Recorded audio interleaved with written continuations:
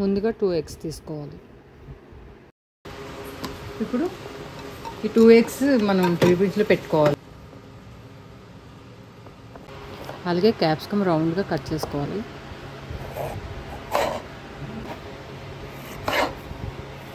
సన్నగా కట్ చేసుకోవాలి.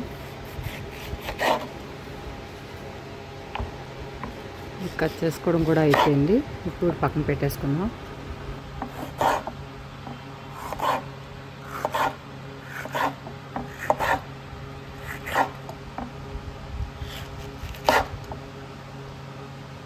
ఇప్పుడు మనం కట్ చేసి పెట్టుకున్న క్యాప్సికమ్ గింజలు లేకుండా తీసుకోవాలి. రౌండ్ షేప్లోకి తీసుకుంటే ఇలా రౌండ్ షేప్లో తీసుకోవాలి.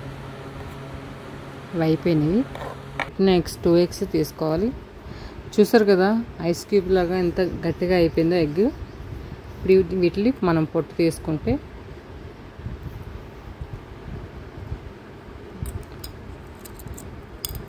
లోపల చూసారా ఎంత గట్టిగా అయిందో ఐస్ లాగా. మొత్తం పొట్టు తీసుకోవాలి. మొత్తం 2 ఎగ్స్ ఇలాగ తీసుకోవడం కూడా అయిపోయింది. ఇప్పుడు వీటిని కట్ చేసుకోవాలి.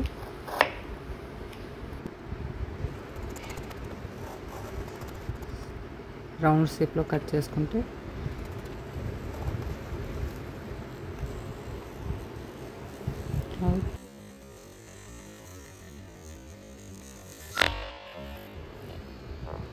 ఇప్పుడు ముందుగా మనం ప్యాన్ తీసుకోవాలి.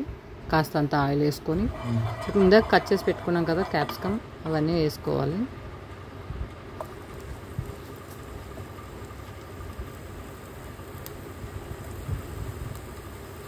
ఇప్పుడు కాస్త ఇవి తిక్కిపోయినవి. ఇప్పుడు అలాగే మనం ఇందాక ఎగ్ కూడా కట్ చేసి పెట్టుకున్నవి ఇట్లా పెట్టాలి. మొత్తం అన్నిటికీ అలాగే చేయాలి.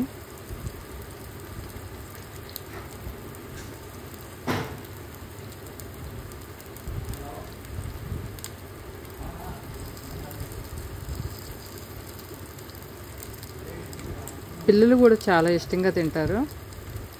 ఎప్పుడు ఆమ్లెట్ నార్మల్గా అందరూ వేస్తూ, అలాగే ఇప్పుడు కాస్తంత మిరియాల పౌడర్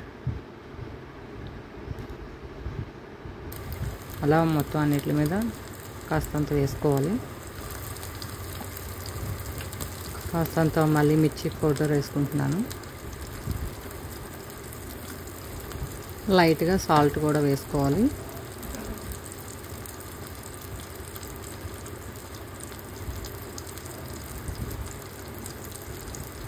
ఒకవైపు అవ్వగానే మళ్ళీ రెండో వైపు కూడా చేసుకొని సేమ్ ఇందాక ప్రాసెస్ లాగే సేమ్ మళ్ళీ మిర్చి పౌడర్ అలాగే మిరియాల పౌడర్ సాల్ట్ మళ్ళీ వేసుకోవాలి కాస్తంత.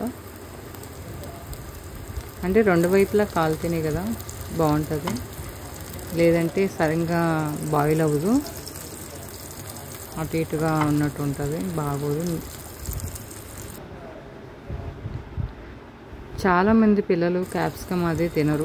ఇలా చిన్న చిన్నగా కట్ చేసి ఆమ్లెట్ లాగా అంటే వాళ్ళకి వెరైటీగా స్నాక్స్ కనిపిస్తూ ఉంటాయి కదా, వెరైటీగా ఏదో చేశారు మా మమ్మీ అని, అందుకని ఇలా నేను చేసి చూపించాను.